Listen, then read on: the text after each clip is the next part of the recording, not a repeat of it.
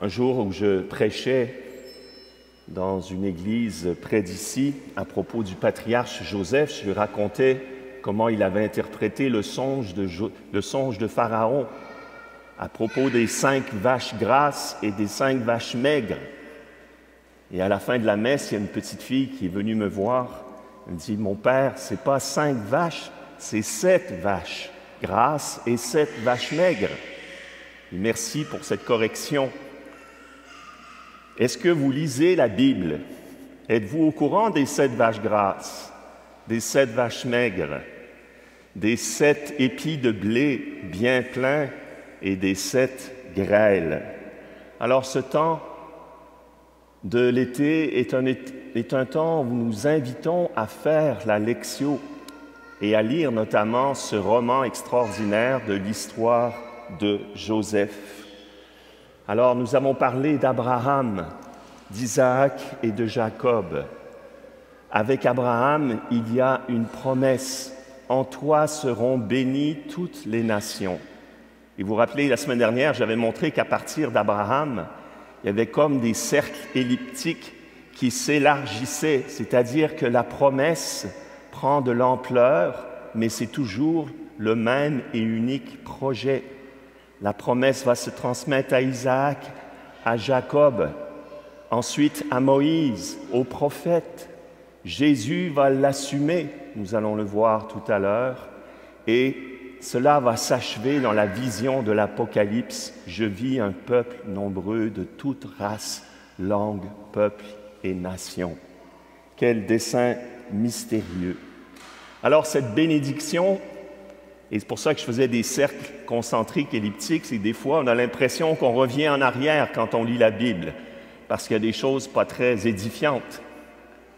Mais Dieu fait tout concours au bien de ceux qui l'aiment. C'est la grande leçon d'aujourd'hui. Comment cette bénédiction va se transmettre? Eh bien, curieusement, à travers parfois des malédictions. On a l'impression que c'est ça qui arrive à Joseph.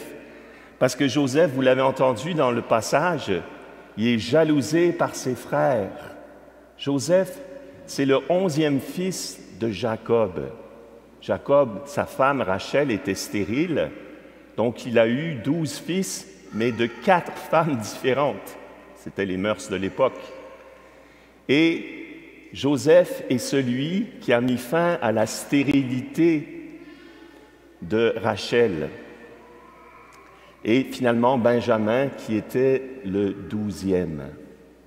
Alors, ce Joseph, bien, Jacob avait une tendresse pour lui, il avait fait une belle robe et ses frères se sont mis à l'haïr. Ils l'ont livré à des vendeurs d'esclaves. Il s'est retrouvé esclave en Égypte. Et là, même dans la maison d'esclavage, il a été calomnié, il s'est retrouvé en prison. Et c'est en prison que son charisme prophétique s'est exercé quand 2 serviteurs de Pharaon sont arrivés avec des songes. Et il leur en a donné la clé, heureuse ou malheureuse. Et finalement, ça va monter à l'oreille de Pharaon, qui lui aussi a eu ce fameux songe, non pas 5 vaches, mais 7 vaches grasses, 7 vaches maigres, 7 blés, 7 épis bien pleins et 7 épis grêles. Alors, vous connaissez l'histoire, Joseph va lui dire, il va y avoir 7 années d'abondance et 7 années de disette, il faut faire des réserves. Alors Pharaon a vu sa grande sagesse, il lui a confié le gouvernement de son royaume. Et finalement, ses frères, quand arrivent les 7 années de sécheresse qui sévissaient dans tout le Moyen-Orient, eh bien, ses frères viennent le voir. Je ne vous raconte pas les détails, vous l'avez peut-être lu, et la réconciliation va se faire. Ceux-là même qui l'avaient livré, eh bien, Joseph va les sauver de la mort, de la famine, en leur donnant la richesse du blé de l'Égypte. Alors, c'est comme ça que cette grande nation va pouvoir se faire. Et Joseph, Jacob vont être réunis en Égypte, et c'est là qu'un grand peuple va se développer et qui va sortir d'Égypte. Vous connaissez le reste de l'histoire. Mais je disais, parfois la bénédiction se transmet par une malédiction. À la fin de cette histoire, voici ce que Joseph dit avec sa grande sagesse. « Le mal que vous aviez dessein de me faire s'est changé en bien. » Parce qu'en effet, en livrant Joseph, qui finalement, au bout de la ligne, est le premier ministre de Pharaon, il va pouvoir sauver ses frères de la famine. Quel dessein compliqué, mais plein de sagesse. Et Joseph comprend comment Dieu s'y prend mystérieusement et change le mal en bien.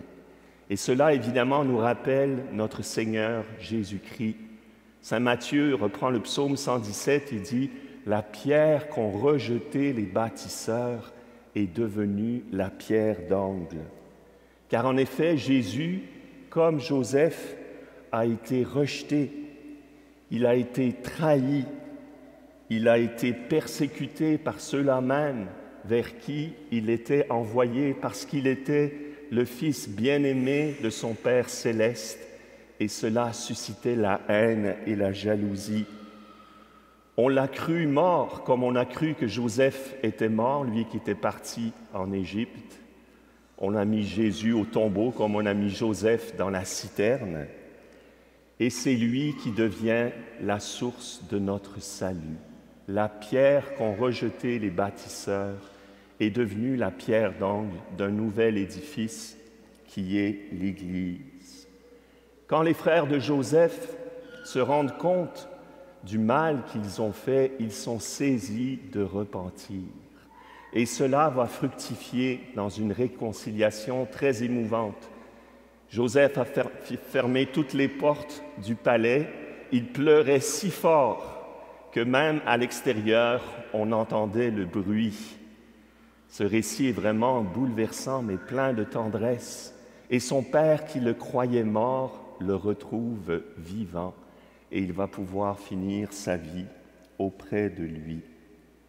Donc, ce dessein qui est comme celui de la mort et de la résurrection, eh bien, Joseph ajoute, c'est pour sauver la vie d'un peuple nombreux. En toi seront bénies toutes les nations.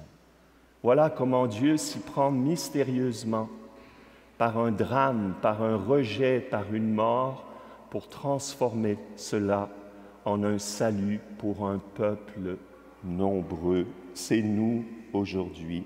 Saint Thomas d'Aquin dit « Quand Dieu permet un mal, c'est pour en tirer un plus grand bien. » Alors pour entrer dans cette sagesse, frères et sœurs, c'est important de fréquenter la parole de Dieu.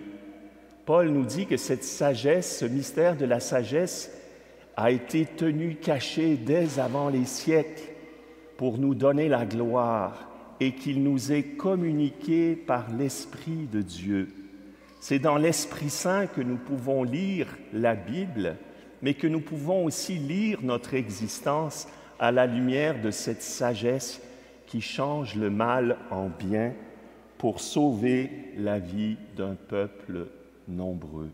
Paul dit aussi que tout ce qui a été mis par écrit l'a été pour nous donner la constance et la consolation et afin qu'abonde en nous l'espérance.